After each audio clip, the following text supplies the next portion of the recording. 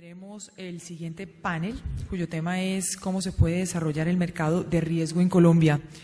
Para moderar este segmento tenemos la colaboración de la doctora Ana Fernanda Mayhuasca, codirectora del Banco de la República, economista de la Universidad de los Andes, con un MBA en finanzas del Columbia Business School en Estados Unidos. La invitamos para que nos acompañe, por favor, al escenario. La doctora Mayhuasca ha trabajado anteriormente como viceministra técnica y directora de regulación del Ministerio de Hacienda y Crédito Público. Estuvo también en la SFC como superintendente delegada adjunta para la supervisión de riesgos y conductas de mercado. En el sector privado fue gerente de investigaciones económicas en la AFP Porvenir. Ella estará acompañada de los siguientes panelistas.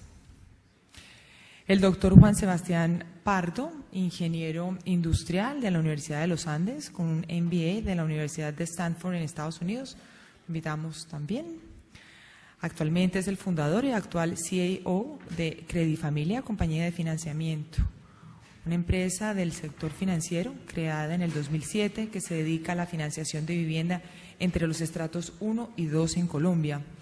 También queremos que nos acompañe el doctor Ricardo Jaramillo, presidente de la banca de inversión del Grupo Bancolombia, quien es ingeniero civil de la Escuela de Ingeniería de Antioquia y tiene una maestría en administración con énfasis en finanzas del Boston University. El doctor Jaramillo cuenta con 17 años de experiencia en empresas del sector industrial y financiera Bancolombia, entre otras. También nos acompaña el doctor Carlos Fiorillo, Manager Director de Fitch Ratings para Colombia, Centroamérica, Venezuela y el Caribe. Ingeniero de la Universidad Simón Bolívar de Venezuela, con un máster en Administración de Empresas.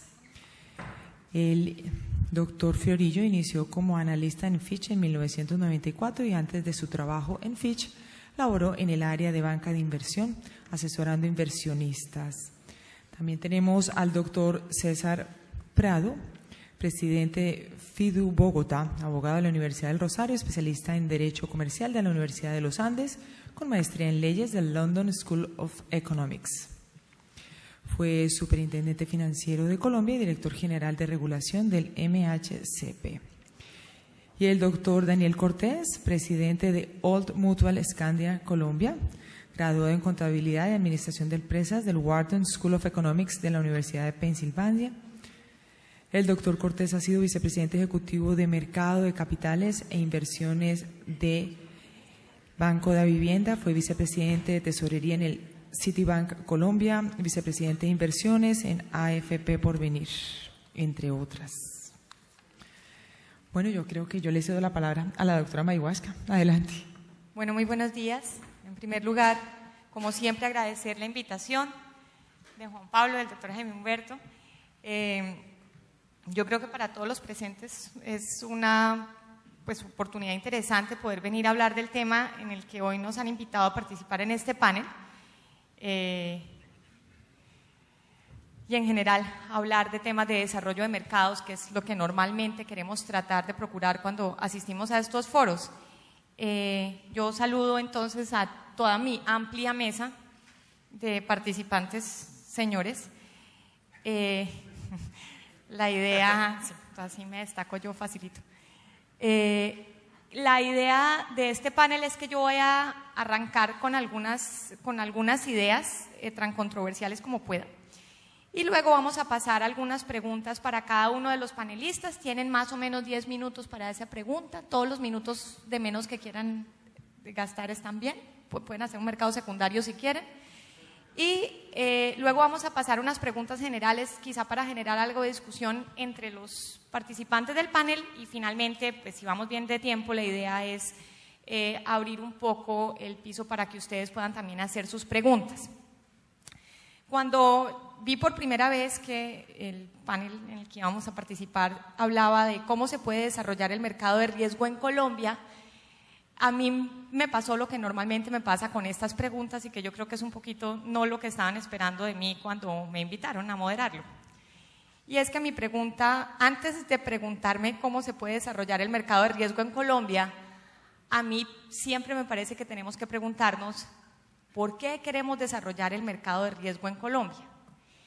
¿Y por qué hago esta pregunta? Y yo espero que vayan encontrando cuando cada uno de ellos vaya respondiendo su pregunta principal, probablemente elementos para este debate, y es que los desarrollos, uno no desarrolla un mercado, o en mi opinión al menos, uno no desarrolla un mercado porque sí.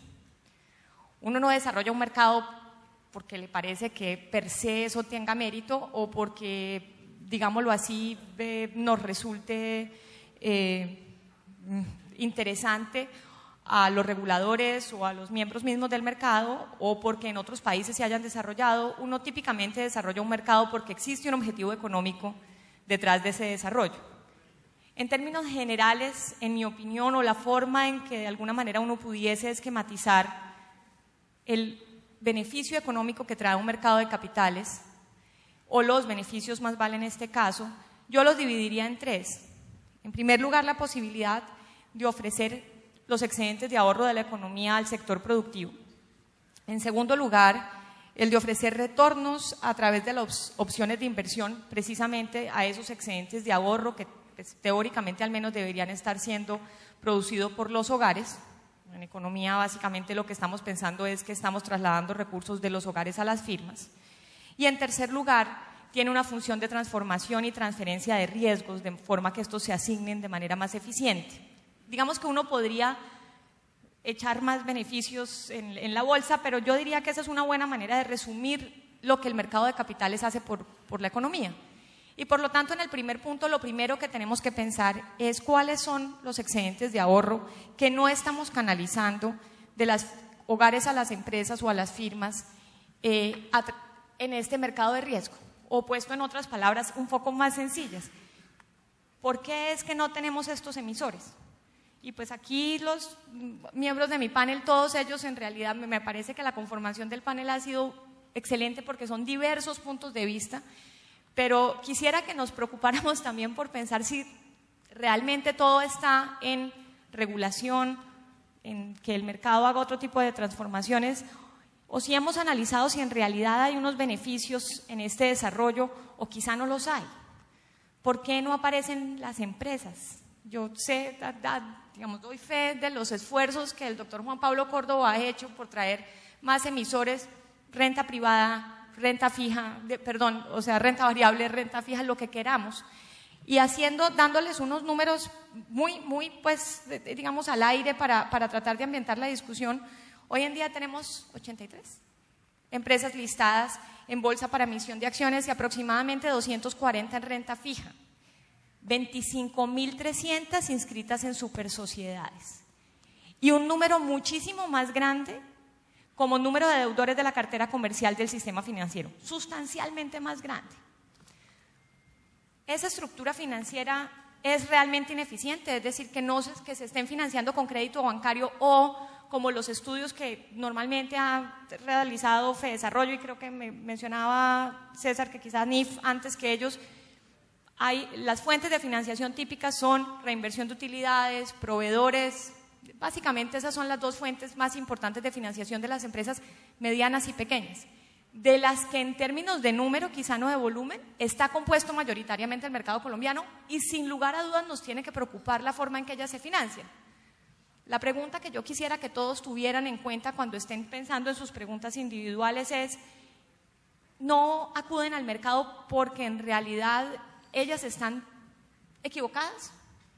¿Es cierto que la estructura que tienen es ineficiente?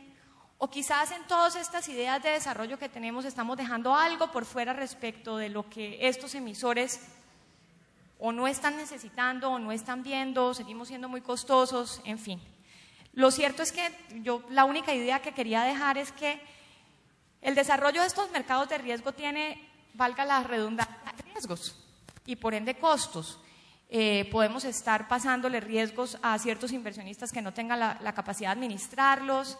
En el caso colombiano en particular, siempre que hay un problema en el mercado de valores, acaba siendo de alguna manera culpa del Estado.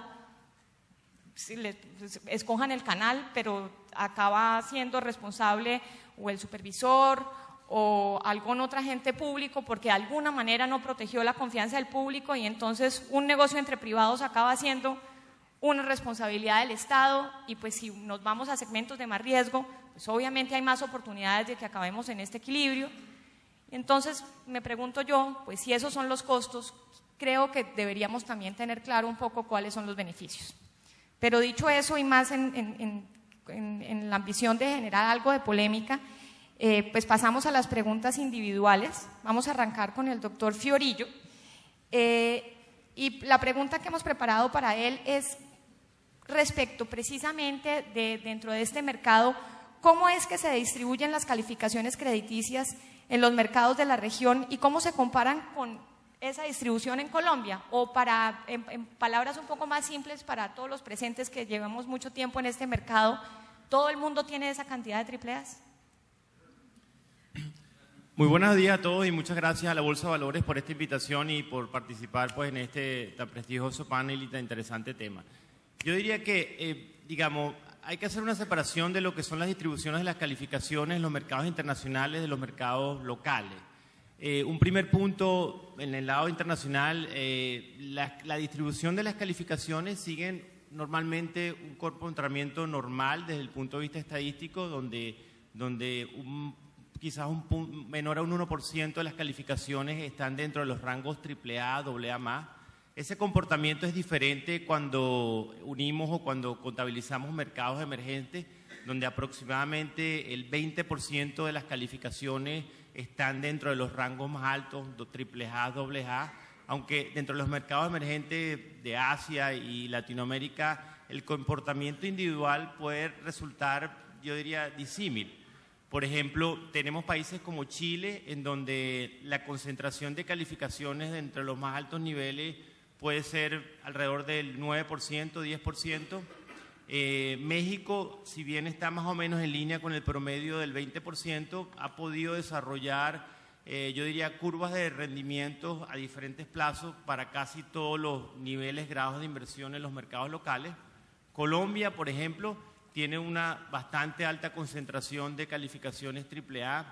Estamos hablando de que está en el mercado local aproximadamente un 40% de las calificaciones están dentro de esos mayores niveles. Y eso que si solamente contabilizáramos las calificaciones relacionadas con emisiones de deuda, porque los números anteriores incluyen emisiones y emisores, las emisiones de deuda prácticamente el 100% de las calificaciones están dentro de los niveles AAA.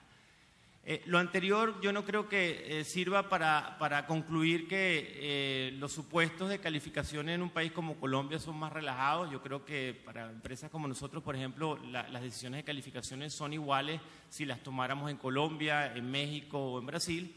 Yo creo que el tema es que definitivamente hay un problema definitivamente desde el punto de vista de mercado. En la práctica eso se traduce con que a pesar de que hay un número importante de empresas listadas en el tema de renta fija, la realidad es que no son más de 30, 35 nombres activos en el mercado de valores de renta fija. En países como Chile, que tienen una economía bastante menor que la economía colombiana, puede haber un centenar de emisores activos del mercado de renta fija, lo cual definitivamente ya pone una diferencia y luego voy a abordar un poquito lo importante que es tratar de reducir esa diferencia. Cuando decía pues que existe un problema de mercado, yo creo que sin duda hay un sesgo de alguna manera cultural, regulatorio en el manejo de portafolio. No voy a entrar en los detalles de lo que ha sido pues, o lo que es la coyuntura de la buena liquidez con la que cuenta el sistema financiero y que es capaz de financiar pues, diferentes tipos de riesgo a condiciones favorables. Pero sí en el tema del sesgo regulatorio cultural, mencionar que pensar de que la combinación de la inversión basada en lo que llamamos grado de inversión, cuando tratamos instrumentos de renta fija extranjeros y locales, no puede verse de la misma manera. Normalmente, como ustedes saben, el grado de inversión es un parámetro que usan los mercados globales para determinar el tipo de seguridad que tienen los instrumentos.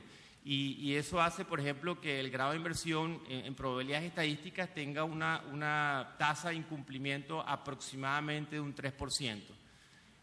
Y ese parámetro se usa lamentablemente en forma igual cuando tratamos mercados locales con mercados internacionales.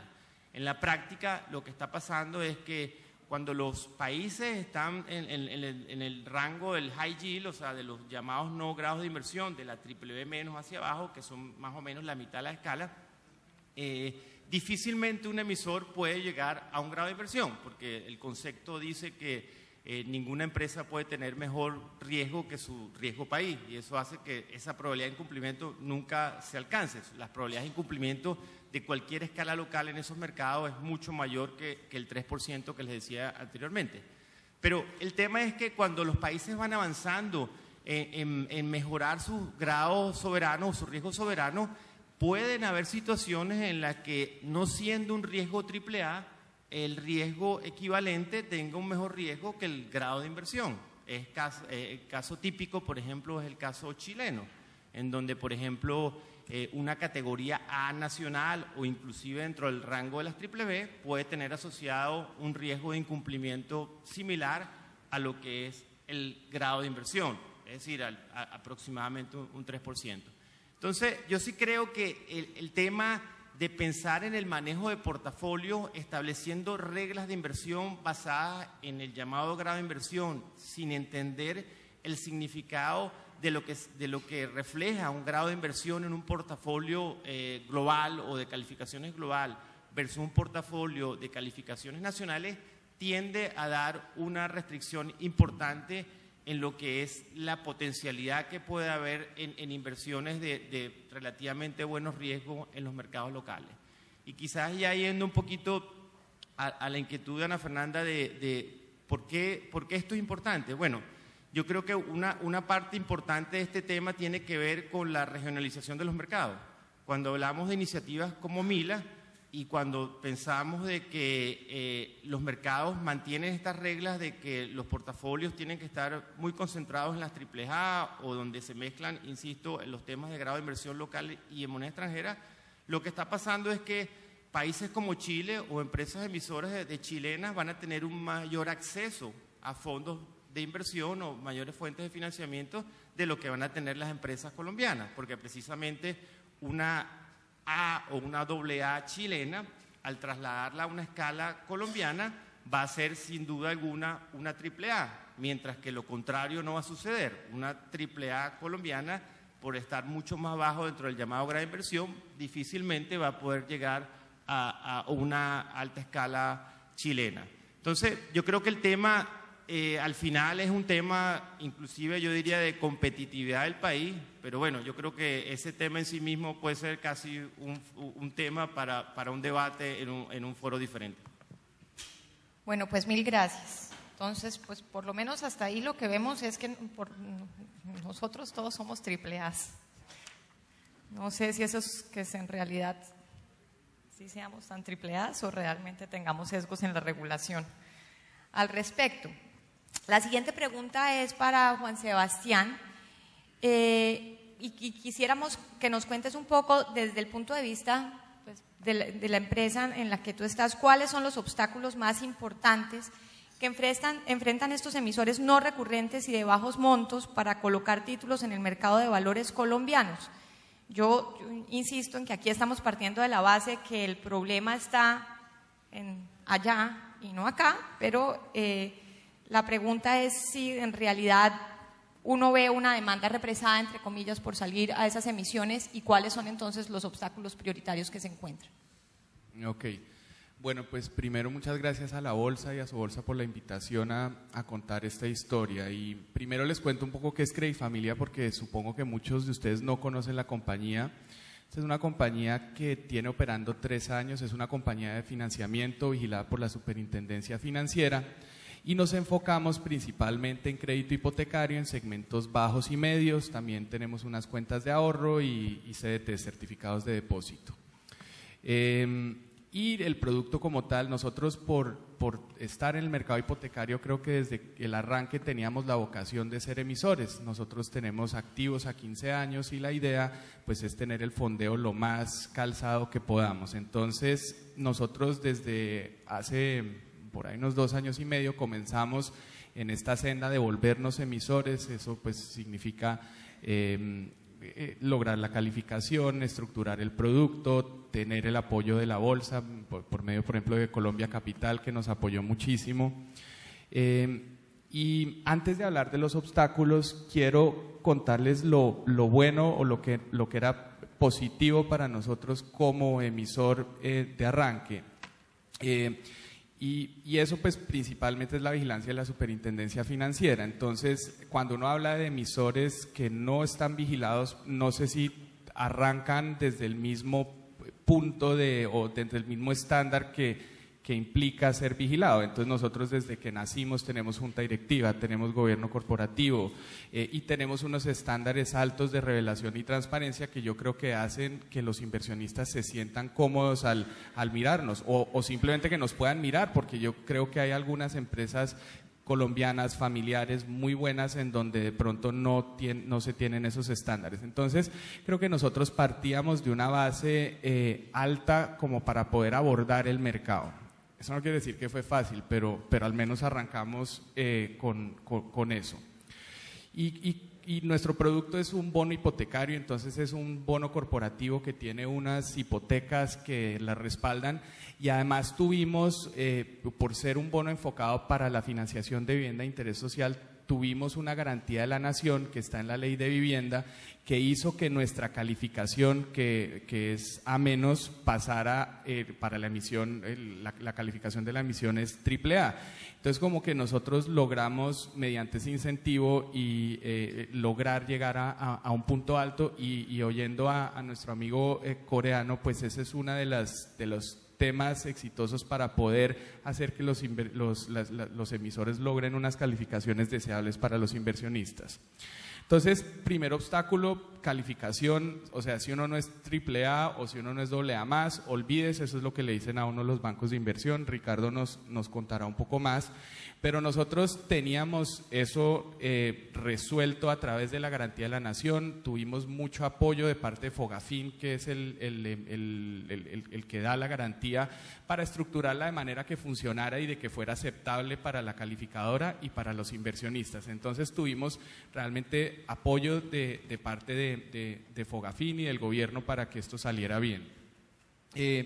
Pero tener la calificación AAA no significaba, todo el mundo dice, bueno, garantía de la Nación, Juan Sebastián, fácil, ya sale, vende y todo el mundo lo va a comprar, todos los inversionistas están llenos de plata y la experiencia no fue tan así, porque los inversionistas no solo miran la calificación, sino quieren entender quién está detrás, cuál es el producto, cómo manejamos las cosas. Entonces, yo diría que la calificación AAA se convirtió como en un check, como para que nos comenzaran a oír. Entonces, pues primer reto, calificación, nosotros afortunadamente la tuvimos. Diría que un segundo obstáculo es el tema de montos. Entonces uno ve los emisores colombianos, uno ve a Ecopetrol, Bancolombia, Argos, todas estas compañías grandes y entonces nosotros llegamos con unos bonos a 15 años de 100.000 millones de pesos, más o menos 50 millones de dólares, cuando los emisores grandes están saliendo con 800.000 millones de pesos, 400.000 millones de pesos. Entonces nuestra emisión era pequeña y además por nuestra característica nosotros la teníamos que colocar en lotes. Entonces nosotros no colocamos los 100.000 millones de un golpe, sino vamos colocando por lotes, de manera que hicimos uno de 20.000, después hicimos un segundo de 20.000, ya les cuento un poquito los detalles, pero la idea es que teníamos que llegar a los 100.000 como mínimo, simplemente para que no se evaluaran. Entonces, esto fue importante y aún teniendo los montos, aún teniendo las calificaciones, había algunos inversionistas grandes que decían, pues nos gusta la compañía, nos gusta el producto, nos gusta que apoye vivienda de interés social, pero nos gustaría que fuera una tercera o una cuarta emisión para mirarla. Entonces, estábamos como en el problema de la gallina y el huevo. Otros nos decían, no, nos gusta la emisión, pero más bien miremos un cupo con el banco, porque pues como hay conglomerados que tienen bancos, fiduciarias, fondos de pensiones, entonces pues decían, miremoslo así. Entonces, cuando uno está tratando de arrancar y recibe esas respuestas, le genera una incertidumbre con respecto a la posibilidad de la colocación misma del papel. Y el tercero ya es un tema, digamos, procedimental y creo que cultural en los inversionistas, y es la incertidumbre a la hora de la colocación. Entonces uno tiene la calificación, está con el monto, habla con los inversionistas hacen la evaluación, le ponen atención, finalmente les gusta y uno dice, bueno, escojamos una fecha. Entonces dice uno, pongamos el 1 de noviembre como fecha. Y es muy difícil establecer, uno, si los inversionistas van a tener cupos abiertos para esa fecha, dos, si van a invertir o no van a invertir. Entonces nosotros escogimos una subasta holandesa, que es un mecanismo tradicional para colocar bonos, pero para colocar 20.000 millones de pesos, 10 millones de dólares, es un mecanismo que realmente no agrega tanto valor para una primera emisión. Entonces todo el mundo dice, no, pero eso es fácil, usted ya es AAA, tiene garantía de la nación, habla con 4 inversionistas, cada uno pone el 25%, les da una buena tasa que también le sirva a usted y todo perfecto. Y lo que nos dimos cuenta es que los inversionistas no revelan las intenciones de inversión antes de la colocación, y eso eso genera un estrés violento porque uno no sabe si le va a ir mal, si va a fracasar, si le va a ir súper bien. Y afortunadamente a nosotros nos fue bien con el apoyo de mucha gente, de los comisionistas. Nosotros trabajamos con corredores, con Correval, los inversionistas. Aquí tengo 2 que creyeron en nosotros en el mismo panel. Y yo creo que las cosas pues van mejorando hacia adelante, pero ahí hay una incertidumbre y no agrega yo creo que para el sistema no agrega valor el no entender si hay interés o no hay interés, porque los mismos inversionistas están nerviosos de si se va a colocar o no la inversión. Entonces en la segunda colocación muchos me dijeron, oiga, yo no participé en la primera porque quería ver cómo le iba, pero uno como emisor, si nadie da ese primer paso, si los grandotes no dan el primer paso, pues es difícil lograrlo. Entonces, resumiría que esos son los 3 obstáculos: calificación, montos y digamos, las reglas a la hora de la colocación, las reglas no escritas y la cultura para poder establecer si uno puede colocar o no puede colocar. Bueno, pues yo quedé estresadísima. Bien. Siquiera no me toca colocar Pero nada. Nos fue bien, o sea, colocamos todo, tuvimos sobre demanda, todo perfecto, ¿ah? Sonó dificilísimo. La siguiente pregunta es para Ricardo Jaramillo, y aquí tiene mi pregunta importante. ¿Por qué no llegan más empresas al mercado público de valores para financiarse a través de... Como habíamos estructurado, la pregunta hablaba de bonos o instrumentos de renta fija, pero en realidad pues, es extensible al equity, de hecho probablemente más interesante. ¿Cuáles son esos factores que nos están restringiendo a los agentes que vienen?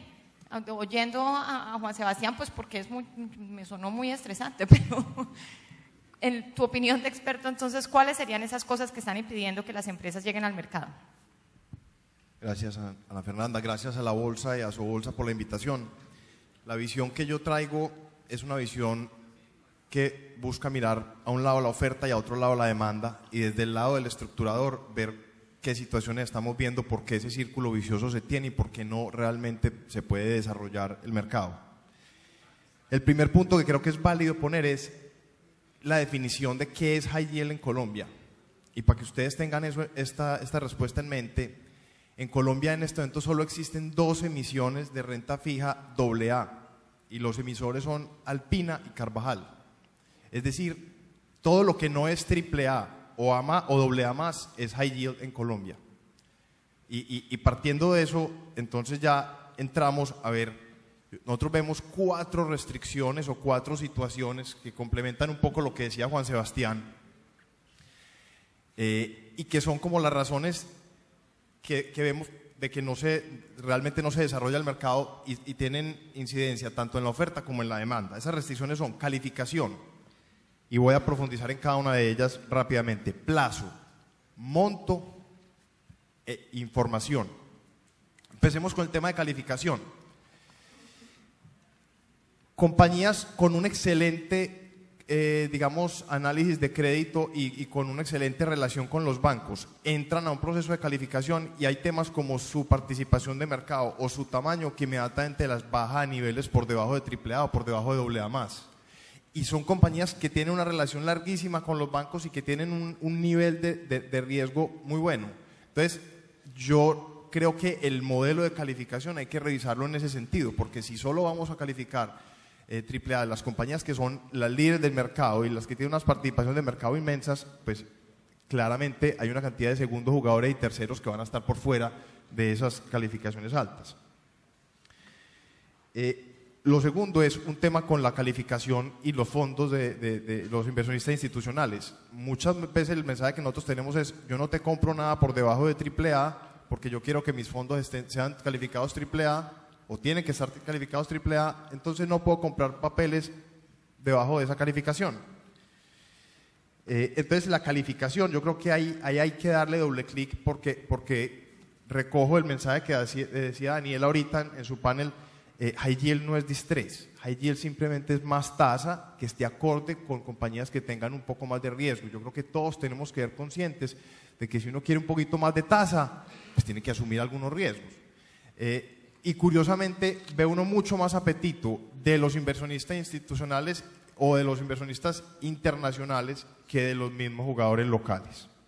Vamos al segundo punto, que es el plazo. Nosotros vamos a presentar una emisión y obviamente yo hablo, pues el caso de Juan Sebastián porque es una compañía financiera no es tan claro, pero el caso de una compañía del sector real, yo voy y le digo, bueno, vamos a sacar una emisión, entonces inmediatamente lo que me dice es: yo en este momento tengo créditos con los bancos a 8, 7, 10 años fácilmente, yo si me voy a ir a mercado de capitales, hábleme de esos mismos plazos. Y vamos donde el lado de la demanda. Y para un emisor nuevo que no se ha conocido en el mercado, me van a decir: yo me voy máximo 3 años, 5 años. Entonces, ahí aparece inmediatamente un desincentivo grandísimo para el emisor, porque tiene ya los cupos aprobados con los bancos. Entonces, tiene una cantidad de restricciones que vamos a ver ahorita desde el punto de vista de información, etcétera, pero no se va a ir a unos plazos más cortos teniendo la facilidad lista. Tercer punto, monto. Muchas veces nos pasa, y creo que Juan Sebastián lo explicó muy bien, que los inversionistas institucionales nos dicen: hombre, si no es una emisión, y el mercado en general nos dice, si no es una emisión por encima, de 150.000 millones de pesos, ni hablemos. Entonces, les pongo ese número en la mesa. ¿Cuántas compañías en Colombia tienen la capacidad de tener una deuda por encima de 150.000 millones? Muy pocas. En realidad uno hace el análisis y termina llegando a 50, 60 emisores máximo. Y recojo también el comentario de Daniel, donde el caso peruano ve uno emisiones de 20 millones de dólares que se colocan y que tienen cierta restricción de liquidez, pero se colocan bien colocadas. Entonces, el tema del monto es importantísimo. El mercado colombiano tiene buena profundidad, pero si no vemos el interés de la parte de la demanda de ir a analizar emisiones más pequeñas y el mercado de darle oxígeno a esas emisiones más pequeñas, es imposible. Muchas veces el mensaje desde el punto de vista de los inversionistas institucionales es: hombre, es una emisión muy pequeña, yo no puedo poner un equipo a analizar ese crédito. Entonces de nuevo viene otra restricción. Entonces, calificación, plazo, monto. Cuarta, y esta ataca más el lado que mencionaba Juan Sebastián desde el punto de vista de los emisores, de la oferta, es información y otros requerimientos. Creo que se ha avanzado muchísimo en que las compañías vayan pensando cada vez más en ese proceso de crecimiento, de gobierno corporativo, de entrega de información, pero muchos de los emisores, y vuelve el juego que decía ahorita con los cupos que tienen los bancos, tienen los cupos ya listos y los bancos no les ponen tantas restricciones como le está poniendo el mercado. Entonces es un desincentivo que si lo junta uno todo, restricciones en el monto, incertidumbre en la colocación, el tema de los plazos, información adicional que definitivamente lleva a que los emisores, que podrían ser una emisión de high yield, inmediatamente dicen que no les interesa. Entonces, para concluir, yo creo que la oferta existe, pero tienen cupos con los bancos a mejores plazos y generalmente menos requisitos de información. Entonces ahí hay un círculo vicioso que hay que romper, y hay que romperlo por todo lado, por la calificación, porque los inversionistas institucionales estén interesados en más riesgo, porque es que lo que está pasando desafortunadamente es que los inversionistas institucionales están yendo, como ya se están acabando los cupos con los locales, con los AAA locales, están yendo es afuera, comprar cosas afuera y no a penetrar ese mercado del high yield, que como vemos en todos los países de Latinoamérica está mucho más desarrollado que en Colombia. Entonces, desde nuestro punto de vista de estructurador, y nuestra tarea es darle al mercado esa confianza de que estamos llevando a alguien que conocemos, porque lo conocemos desde el punto de vista de riesgo bancario, es llevarlo y que el mercado lo recoja y lo vayamos llevando en su proceso de crecimiento, porque si no siempre vamos a estar únicamente mirando, son los AAA y las grandes corporaciones, y las otras compañías van a quedar por debajo. Gracias. Bueno, antes de darle la palabra a Daniel Cortés, yo solamente quisiera hacer una reflexión, y es que cuando uno te oye a ti, tú dices, la oferta existe, solamente que tiene cupos, plazos más largos y cupos con menos información en el crédito bancario. En mi cabeza lo que responde es, entonces no existe. Porque si yo no tengo en el mercado de capitales lo que típicamente me debería ofrecer, que son plazos más largos, con tasas inferiores, precisamente porque estoy desintermediando el proceso, entonces no estoy ofreciendo valor agregado para el emisor, que es, digamos, un poco mi duda. Si quieres, no, ahorita al final abrimos la discusión, pero yo quisiera ir como dejando los puntos donde precisamente me parece a mí que por lo menos me sigue quedando la duda si realmente el crédito bancario no, para el tipo de empresas que tenemos en Colombia, no está supliendo de manera adecuada sus necesidades de financiación, y si de alguna manera nosotros estamos todos corriendo tras una quimera al intentar desarrollar este mercado de high yield. Pero para dejar una nota positiva, porque esto es más para generar controversia que cualquier otra cosa, la otra alternativa era que lo que nos estuviera haciendo falta es el decreto 1019, y entonces las normas de segundo mercado y lo que éstas le permiten al inversionista institucional desde el punto de vista regulatorio, pues podría ser de alguna forma la respuesta a muchas de tus inquietudes, porque ahí estamos probablemente cambiando los requisitos en términos de calificación y de información, etcétera, y del proceso de aprobación. Y entonces me parece que eso hace un bonito puente para pasar a Daniel. La pregunta de alguna forma es cómo la regulación del régimen de inversiones afecta los incentivos de los fondos de pensiones. Pero yo quisiera que fuéramos un poquito más allá, en el sentido de si en realidad es la regulación, si es solo la regulación, o si hay algo adicional en el apetito y también en los costos de información, de acceder o a evaluar el riesgo de estos emisores que son pues típicamente más opacos, que hacen que pues esta demanda se vea restringida. Gracias. Darle las gracias a Jaime Humberto y a Juan Pablo por la invitación. Veo que la publicidad que estamos haciendo está funcionando, pero ya no somos Scandia, Jimmy, ya somos solamente All Mutual. Entonces hagan de cuenta que esto aquí no dice nada. Hace 10 años que empecé yo en esta industria, y creo que es como la búsqueda del santo grial. ¿Quién es el que se inventó el cuento de que los fondos no solo invertimos en AAA? Y llevo sosteniendo esta tesis de que es al contrario. Nosotros no deberíamos estar autorizados para invertir en AAA. Existe en Colombia la sensación, y pronto es por tema de nombre, que el fondo de pensiones es para pagar pensiones. Pero ese es en la etapa de desacumulación de los saldos. En la etapa de acumulación nosotros tenemos que querer muchísimo más riesgo y muchísimo más mejor diversificados los portafolios de lo que estamos hoy en día, con los altos porcentajes de inversiones en fondos o en gobiernos o en países como el nuestro. Nosotros claramente tenemos apetito, porque a los colombianos que están aportando su dinero hoy en día a los AFP no los vamos a poder pensionar de una manera sostenible si seguimos invirtiendo únicamente en emisores AAA. El AAA es para cuando el señor ya acumuló la plata y no queremos que la pierda, pero en la etapa de creación del capital no debería pasar. Otros jugadores del mercado colombiano también demuestran apetito, pero aquí creo que pasa lo contrario. A la señora María la ponemos a comprar libranzas de alto riesgo con unas comisiones, para no decir obscenas, vulgares, donde el intermediario colocador le hace un mal daño al proceso, dándole 200 básicos más de rentabilidad por una ecuación de por lo menos 1000 puntos más de riesgo. Entonces ahí también estamos cometiendo, pero lo uno percibe es que hay apetito por riesgo, no solamente en los fondos de pensiones, sino en los fondos, en las carteras colectivas como libranzas y factoring y un montón de cosas que faltan por explotar. Hablábamos de los beneficios. Para nosotros la diversificación es importante, el correr mayor riesgo claramente es importante.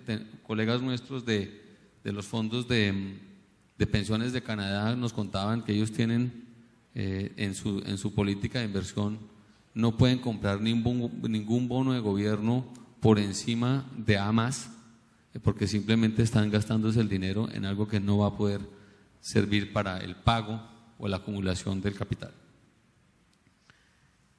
Hoy en día los bancos son los que cumplen. Anita preguntaba sobre dónde está la oferta y la demanda. Los bancos hoy la cumplen, y vivimos por mucho tiempo momentos donde los bancos comerciales atajaban el emisor en la puerta de la bolsa o de la super, y dicen: no, ¿usted por qué va a emitir un bono? Venga, ¿qué necesita? Yo me paro en la mitad, le ahorro el proceso de inscripción, le ahorro el proceso de información, y yo me quedo con un negocio donde me gano 50 puntos básicos porque estoy colocando recursos de las cuentas de ahorro que tengo de todas maneras. Eso hace un poco como la falta de disciplina que tenemos en este país para el manejo de riesgos, y el Credifamilia hablaba ahorita de Juan Sebastián, ya me acordé. Juan Sebastián hablaba ahorita de lo difícil que fue el proceso, pero los emisores tienden a decir: yo me quiero quedar con el riesgo porque riesgo implica ingreso, hasta el momento que el riesgo no es ingreso sino costo, y ahí sí se asustan todos. Entonces, la industria de fondos de pensiones en la última crisis colombiana era muy joven, no manejaba muchos recursos, y desde entonces hemos venido una tendencia alcista que algún día se va a revertir y vamos a tener una siguiente crisis, un mal momento. Ojalá se demore mucho y no nos toque a ninguno de nosotros, pero la cultura que existe en Colombia de acumular riesgos y concentrarlos es un tema que nos preocupa. Y uno ve, por ejemplo, en las emisiones que salen y que llegan al mercado con un montón de garantías, como la que le exigimos a Juan Sebastián, de que ponga una garantía al gobierno para ver si esto se vuelve AAA. Probablemente nos hubiera gustado mirarla sin las garantías y ver exactamente cuál es el riesgo, porque es la función principal del mercado de capitales, es distribuir el riesgo entre los diferentes agentes. Un último tema sobre los inversionistas y las subastas, y vemos con enorme preocupación, es que en las emisiones de subasta holandesa suele pasar que los colocadores le informan a sus otros clientes, le cuentan el inside information, lo llaman a uno, le dicen: hasta ahora hemos recibido tanta demanda y la tasa más o menos es por este lado. Entonces uno como inversionista pues no quiere mostrar el naipe, porque si lo muestra, desafortunadamente hay mecanismos en el mercado donde esa información se filtra, y yo quisiera ver si alguna vez en el proceso de privatización de bancos o de empresas se filtra en el mercado qué precio va a pagar alguno de los jugadores, a ver qué pasa. Y promovimos por mucho tiempo en mis tres posiciones anteriores que los inversionistas institucionales fueran directamente a través del sistema de la bolsa a las subastas, y que no fuera permitido que fueran indirectamente. Y yo creo que este es otro llamado a que impulsemos esa norma, porque el tener que contarle a todo el mercado en contra de la voluntad de uno qué es lo que quiere hacer con la plata es preocupante. nosotros nos encantaría poder recibir a Juan Sebastián y a los otros emisores y decirles con semanas de anticipación cuánto queremos ir, a qué tasa queremos ir, y simplemente que ellos puedan hacer sus números y decir si les interesa o no. El último punto acá es el tema de valoración, y una de las grandes preocupaciones que vemos dentro de los diferentes agentes es que, ¿y esto cómo se valora? Los inversionistas institucionales muchas veces podemos administrados por contadores y no por financieros. ¿Cómo se valora? Y aquí creo que la tarea es de todos. Hemos inventado toda clase de curvas y de mecanismos, pero al final lo que sentimos que debería hacerse es que todos los títulos en Colombia se valoren diariamente contra la curva de TES, contra la curva de cero riesgo. Y en la medida que no haya transacciones, el último spread negociado o la última transacción hecha relativo a la curva cero cupón sea la tasa que se usa. Eso nos serviría muchísimo para dejar la palabra argentina boludez, ¿existe? De creer que los papeles de renta privada no son volátiles porque como no transan, y vemos en muchas situaciones de mercado inversionistas institucionales corriendo a refugiarse en cosas ilíquidas simplemente porque no van a tener que decir la verdad. Entonces creo que ese es un llamado también a nosotros como miembros de un mercado a que pensemos en que entre más transparencia, entre más las cosas claras para los inversionistas de retail y los mismos inversionistas institucionales nos sirva como mecanismo. Muchas gracias. Bueno, millones de ideas de la intervención de Daniel que a mí me gustaría como desarrollar, pero voy a dejar una como resaltada.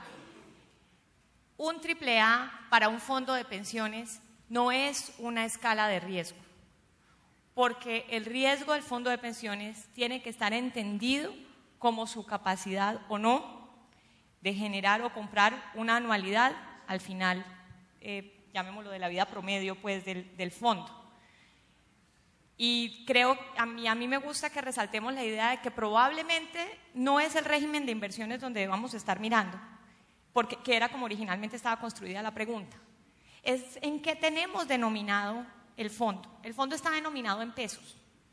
Sin embargo, las unidades de riesgo, y eso es aquí no estoy hablando de una pregunta en absoluto ni trivial ni simple, creo que todos los que hemos trabajado en regulación venimos pensando en esto antes que en la IBR, creo. Es una pregunta muy estructural de cómo se logra obtener un portafolio de largo plazo en los portafolios pensionales. Y una idea que recientemente escuché del profesor Merton es que deberíamos empezar por denominar el fondo en las unidades de riesgo adecuadas, que en este caso serían unidades de anualidad, de flujo, digamos, de mi capacidad de compra de anualidades. Y si yo tengo esto en capacidad de compra de anualidades, la métrica de riesgo deja de ser en realidad si es AAA o no es AAA, o si la volatilidad, porque esa volatilidad de corto plazo no tiene, digamos, sentido ni correspondencia con lo que estoy tratando de inmunizar en ese portafolio. Y yo quisiera dejar eso en el aire porque me parece que crecientemente tenemos que empezar a pensar en que los portafolios estén, de nuevo, que construyamos benchmarks que tengan sentido respecto al propósito de inversión y que el riesgo sea medido en ese sentido. No me aguanté la tentación, Dani, de resaltar que creo que ese es un tema en el que realmente deberíamos seguir pensando para ver si podemos dar por lo menos ese primer paso, entendiendo que esa es una regulación pues muy sensible y muy compleja. Y entonces con eso doy paso a la otra parte de la demanda. A mí me parece a veces un poquito deprimente pensar que, es que además aquí no están. Las compañías de seguro, por ejemplo, siguen sin ser una fuerza que esté aquí presente, cosa que a mí no deja de sorprenderme. Y como no vienen, además no podemos regañarlos. Está mal. Porque pues entonces tengo una fuerza de la demanda que son pensiones obligatorias realmente y la otra fuerza de la demanda teóricamente en los fondos de inversión colectiva. Y entonces aquí viene la pregunta para César. ¿Por qué la oferta de fondos de inversión colectiva aún continúa tan enfocada a productos bancarios?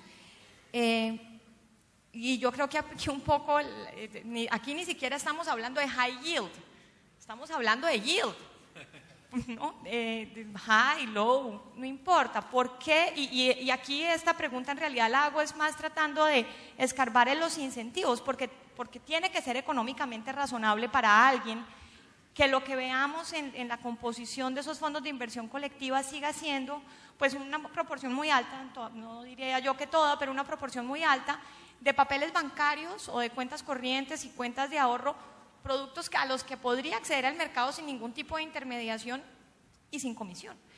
Y por lo tanto, pues parte de lo que queríamos oír de César es ¿cuál es la lógica para que eso ocurra? O más por la positiva, si existe un potencial de desarrollo para el papel privado de mayor riesgo en estos vehículos que tienen clientes institucionales y que además tendrían el potencial de llegar al cliente menos sofisticado, pero con un agente profesional de por medio. Bien, quiero empezar, a pesar de que pues obviamente parte de ese supuesto, recordando un par de cifras sobre la composición de la industria de fondos de inversión para pues, dar respuesta a la pregunta. Actualmente hay 53 billones aproximadamente de activos bajo administración. Si sacamos a los fondos de capital privado, estamos hablando de una industria que vale hoy por hoy 45 billones de pesos. Aproximadamente el 71% de ese valor, es decir, 32 billones de pesos, están representados en fondos de renta fija corto plazo. Solo el 14% están representados en fondos de renta fija a largo plazo. La renta variable es pequeña, solamente un 1.1 billones, y no tenemos en cuenta allí los ETF de renta variable que han venido creciendo y hoy en día representan el 7% del total con 3.2 billones. Los fondos balanceados prácticamente no existen, solamente representan 604.000 millones del total. Si uno mira la situación por tipo de activo, la situación pues luce, si se quiere, más dramática, digamos, bajo la óptica que está planteada en la pregunta.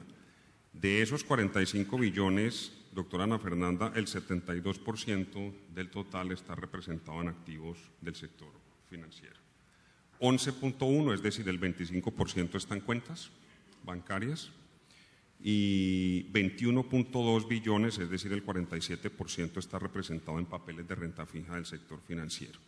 Sector real es prácticamente inexistente, hay únicamente 235.000 millones en la industria de fondos de inversión colectiva, esto es, digamos, algo cercano al 0.5%, o sea que el panorama, pues digamos, como bien señalas, desde ese punto de vista no es alentador. Evidentemente, mientras la estructura de los fondos de inversión colectiva sea esta, pues una primera posible respuesta sería señalar que evidentemente no hay espacio para la compra de papel de renta fija de mayor riesgo relativo. Por lo tanto, pienso que la pregunta que realmente hay que contestar es por qué el mercado es así y si existe la posibilidad de que, digamos, tenga un cambio significativo en los próximos años. Yo voy a intentar responder la pregunta tratando de explicar lo que pasa desde el punto de vista de la oferta y la demanda en los distintos segmentos a los cuales la industria está enfocada. Y quiero referirme también a dos aspectos que creo que son muy relevantes, que son las condiciones económicas generales y el mercado en particular en los cuales los administradores pues, hemos actuado en los últimos años, qué ha pasado allí y cómo se ha incentivado o no esta estructura, y finalmente algunos aspectos, digamos, de arquitectura de industria. Entonces voy a tratar de ser, digamos, breve. Si uno mira, para arrancar con el segmento corporativo, lo que hay allí, hay un volumen muy importante de recursos hoy por hoy que son aportados por clientela, digamos, correspondiente al segmento corporativo, es decir, grande y mediana empresa del sector real que utiliza los fondos simplemente como un sucedáneo de una cuenta de ahorros, y ha sido natural para el sector, digamos, tratar de ir tras esos recursos que son de más fácil consecución, y para este segmento en particular la oferta, digamos, de money market o algo parecido al money market puede parecer, digamos, razonable, y salvo casos bastante contados, pues se trata de empresas del sector real que ordinariamente pues necesitan sus excedentes de liquidez en el giro ordinario de sus negocios y no buscan o no tienen interés en efectuar inversiones financieras estructurales o de más largo plazo. Entonces yo pienso que allí la movilidad es relativamente menor, sin embargo vemos pues que es un segmento, digamos, que sigue creciendo, pero en productos, digamos, de ese tipo. Si uno mira el segmento institucional, yo lo que pienso que ha pasado allí, la industria ha tratado de recoger volúmenes importantes de ese segmento, en particular de las AFP, pero las AFPs nos han utilizado fundamentalmente también para hacer un manejo, digamos, en ocasiones estacional. El ejemplo típico sería, por ejemplo, una temporada de cesantías para el manejo transitorio de liquidez o para el manejo, digamos, ordinario de liquidez. ¿Por qué no nos han usado para productos de mayor valor agregado? Yo tengo aquí dos hipótesis, un problema, si se quiere, de oferta y algo también que pasa con la demanda. Las AFPs tienen acceso directo en Colombia a todos los mercados y a todos los activos y tienen un acceso incluso superior al que puede tener la propia industria de fondos de inversión a los intermediarios más sofisticados del mundo. Y desde ese punto de vista no han encontrado en los fondos de inversión colectiva locales una alternativa interesante de inversión, pero desde luego pues eso implica que posiblemente la industria tampoco haya sido lo suficientemente creativa para generar productos aquí de valor agregado. En el caso nuestro, pues recientemente, por ejemplo, lanzamos un ETF de renta variable local y en poco más de 3 meses hemos podido recoger allí algo así como 90.000 millones de pesos de este segmento institucional, lo que indica con claridad que pues ahí hay un espacio para encontrar oportunidades. En alguna de las charlas de la mañana se mencionaba, por ejemplo, la importancia que podría tener pensar hacia adelante en ETFs de renta fija, tanto de deuda pública, pero quizás más interesante de deuda corporativa. Ese es un tema que nosotros mismos estamos empezando a explorar a partir de la experiencia pues, que tenemos ya más reciente con el ETF de renta variable. En el segmento oficial, ¿qué pasa aquí? Yo creo que aquí hay una oportunidad interesante, pero pasa por modificar el marco normativo vigente. Como bien sabemos, las entidades públicas colombianas tienen un régimen hiperrestrictivo de inversiones en el mercado de capitales. Solamente pueden invertir de acuerdo con la normatividad actual en depósitos bancarios o en TES, y cuando pueden hacerlo a través de fondos de inversión colectiva, los fondos de inversión colectiva a su turno solamente pueden invertir en estos dos instrumentos.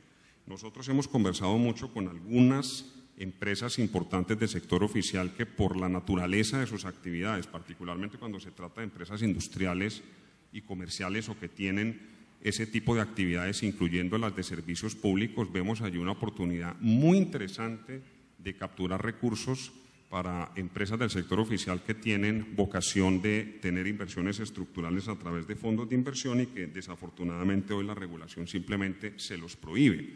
El mismo concepto de excedentes de liquidez que está en el decreto 1525, en mi opinión, no es claro y ha generado pues discusiones que en la práctica hace que este tipo de clientes se inhiban de hacer inversiones en fondos de naturaleza diferente para evitar cualquier cuestionamiento de organismos de control. Yo creo que aquí hay una oportunidad importante que el propio gobierno, digamos, debería impulsar, y creo que el sector oficial colombiano tiene, si bien no un número muy alto, sí un número, digamos, en todo caso interesante de empresas públicas bien administradas, con portafolios bastante grandes y tesorerías robustas, y sus posibilidades de inversión pues no se compadecen con esa realidad.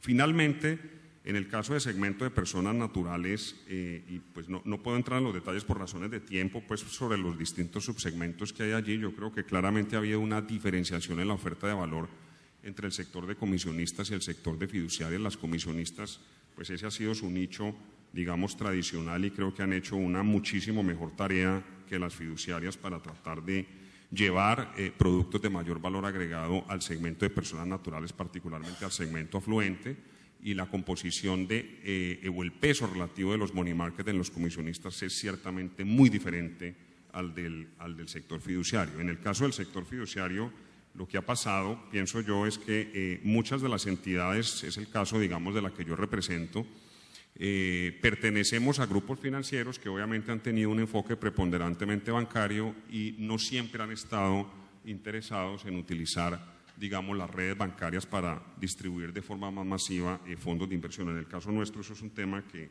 digamos, empieza a cambiar, y yo creo que hay una oportunidad muy importante tanto en el segmento puramente retail como en el segmento, digamos, afluente, en donde la industria fiduciaria tradicionalmente no ha estado. Allí hay oportunidades que se vienen trabajando. Del lado de la demanda, pues yo creo que los problemas son bien conocidos. Daniel algo mencionaba sobre el tema. El comportamiento de los inversionistas es tremendamente errático, y los esfuerzos que hay que hacer aquí en tanto en educación como en ser más creativos en los procesos de comercialización, tienen que seguir siendo muy altos. Los clientes le tienen pavor a un fondo cerrado con activos relativamente seguros, públicos, registrados, regulados, y en cambio ese mismo cliente de golpe toma una decisión absolutamente ilógica de inversión en activos que presumiblemente serían muchísimo más riesgosos y concentrados. Nosotros este año, por ejemplo, desde la asociación hicimos un pequeño esfuerzo de divulgación a través de una campaña, y aprovecho el foro, doctor Jaime Humberto, también para invitar a todos los agremiados a Sobolsa para que nos apoyen en ese esfuerzo hacia el futuro, porque queremos que sea un esfuerzo de toda la industria y no simplemente de una parte de ella. Y ya para terminar, hay dos aspectos que yo creo que han sido también determinantes en la, digamos, justificación de esta estructura. Las condiciones económicas, digamos, que han sido el entorno en el cual la industria se ha desarrollado. Colombia tuvo tasas estructuralmente altas durante muchos años, por lo cual no tengo ya tiempo, voy a tratar de terminar muy pronto. Era muy fácil tener fondos money market que rentaran en alguna época 2 dígitos y en alguna otra época más reciente 1 dígito, pero relativamente altos. Eso es historia patria. Obviamente tenemos hoy por hoy una nueva normalidad con tasas estructuralmente bajas, y eso necesariamente va a presionar una recomposición de la industria para tener productos de mayor valor agregado, y estoy seguro que también va a generar una presión importante desde el punto de vista de la estructura de comisiones que hoy en día tiene el sector. Ahí hay una oportunidad, una amenaza, oportunidad, dependiendo de cómo se quiera mirar. Y finalmente la estructura, digamos, o arquitectura del sector creo que también favoreció en algún momento ese esquema o ese modelo, digamos, pocos actores internacionales, baja especialización. Las reformas recientes pues están impulsando un poco el tema. Es decir, en resumen, yo creo que evidentemente la situación de la industria de fondos pues tiene una razón de ser bastante estructural de por qué es así hoy. Sin embargo, pienso que hay cambios estructurales en el entorno económico que van a favorecer una recomposición de esos activos, y creo que en todos los segmentos, quizás con excepción del corporativo, debería haber un espacio para demanda de fondos con mayor valor agregado que lo que tenemos hoy. Bueno, pues mil gracias. Me informan que vamos a tener que acelerar un poquito, entonces, pues, digamos, yo quisiera recoger, porque no vamos a tener tiempo para más discusión, de una vez les anuncio, de lo que menciona César, la idea de que ojalá haya cambios estructurales, porque en realidad, y esta es una idea que yo ya he repetido en varios foros, sí creo que en Colombia la industria que tenemos de administración de portafolios, administración de activos, como quieran llamarla, no se parece a lo que uno en realidad entiende como una industria de administración de activos. Estoy totalmente de acuerdo que hay razones económicas por las cuales hemos llegado a ese equilibrio, pero hoy en día estamos frente a la oportunidad de que haya un cambio, pero ese cambio pasa dramáticamente por la cabeza de ustedes. Si el cambio no arranca en la cabeza de ustedes, no va a haber forma de que ocurra. No hay regulación tan poderosa que haga que esto se logre si ustedes en realidad no ven que hay negocios potenciales que no se están desarrollando. Y en esa medida, pues lo que yo recojo aquí es que, pues sí, llegamos a la foto que tenemos hoy por millones de razones, todas ellas probablemente muy estructurales, pero tenemos la oportunidad de generar el cambio y ojalá lo hagamos. Yo me voy a permitir, porque el moderador abusa, una pregunta con respuesta de 1 minuto para Daniel. Privilegio del moderador, solamente porque no me aguanto la tentación de preguntarle si la concentración de la industria de AFPs no incide también, no vamos a high yield, porque es que yo de verdad creo que nosotros tenemos problemas en el desarrollo de mercado de yield, el normal, sin irnos a títulos con mayor riesgo. Si eso ha tenido alguna incidencia, 1 minuto, Dani, que estamos cortos de tiempo. Bueno, esa me la pone difícil porque yo soy el chiquito de la concentración, yo soy pues el damnificado de la concentración, entonces a papaya tomada. Después me agradece. Yo creo que el tamaño de los fondos es menos preocupante que el conflicto de intereses de los dueños. El hecho de que los dueños coincidan banco, fondo de pensiones, es realmente donde está el problema.